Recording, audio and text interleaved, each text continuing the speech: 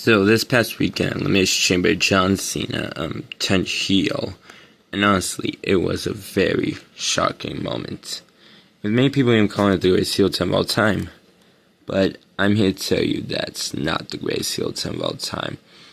Because in my opinion, Seth Rollins turning on the Shield is still the greatest heel turn of all time. It's greater than just any other heel turn, and heck, even this past one with John Cena.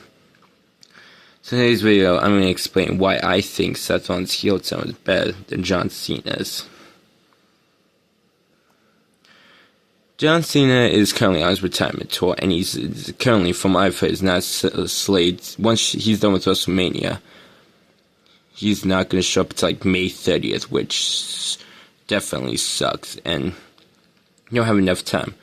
You know, Seth Rollins, he was an active superstar around this time, and he was showing up like every week, so he had plenty of time, to win Money in the Bank, go to WrestleMania, and do all that.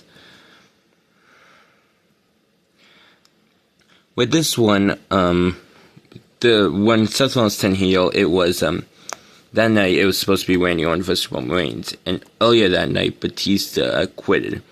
Your mind doesn't think anything else other than this. So when the Shield when Triple H says there's always a plan B, they think, oh, is it going to be like someone else attack? But nobody expected it to be Rollins. This is the just shock value, and heck, even remember that when that guy said no, it's honestly just perfect. It's a perfect way to this is how heel turn should be done. Surprise fans, but leave breadcrumbs to tease it, but have something happen early in the night with a faction that's involved in the heel turn to get your mind completely off of it. With Cena, once he wins the chamber, you kind of expect that he's going to turn on it. And they did kind of throw you and swerve when Cody cursed at The Rock, but once you see that face, like, there wasn't no, like, little tease. Like, Seth didn't make, like, any faces. All that he did was pick up a chair. And you just think that, oh, is he going to use it on the Authority, but you don't think that he's going to use it on the Shield.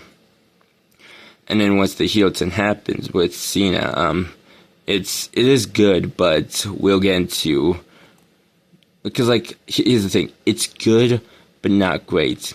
Now, there is a problem that I'll get into in a little bit. As I stated earlier, John Cena's in retirement tour, and he hardly has any time, because he's going to retire sooner rather than later.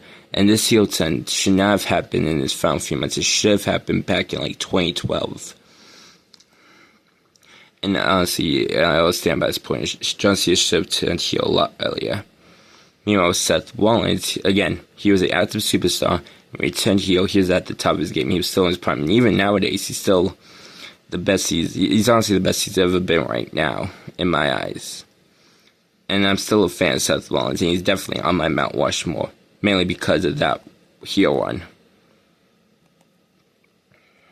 Now, when Seth Rollins turned heel, it was back in the good old days, when you didn't have to worry about any celebrity to ruin a iconic moment.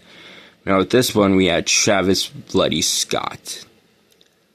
I'm not a fan of Travis Scott, to be honest, because, like, he shouldn't even have been there. It's honestly just sucks that we're going to have to replay this moment from time to time, but yet Travis Scott's big stupid face has to always be there.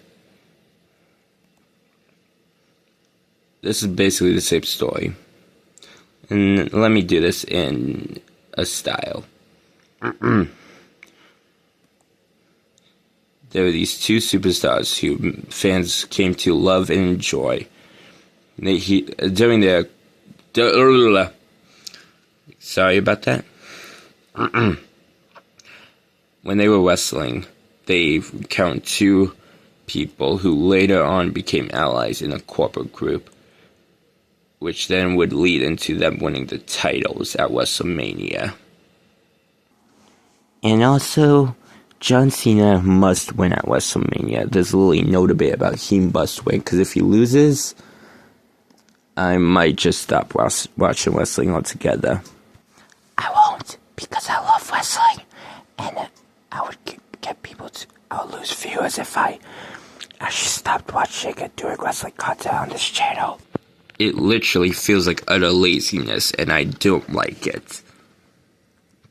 In conclusion, in my opinion, Seth Rollins' heel turn was a lot better than John Cena's heel turn.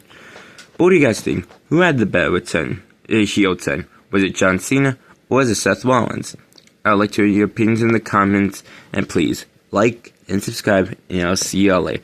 Deuces, ooses, yeet.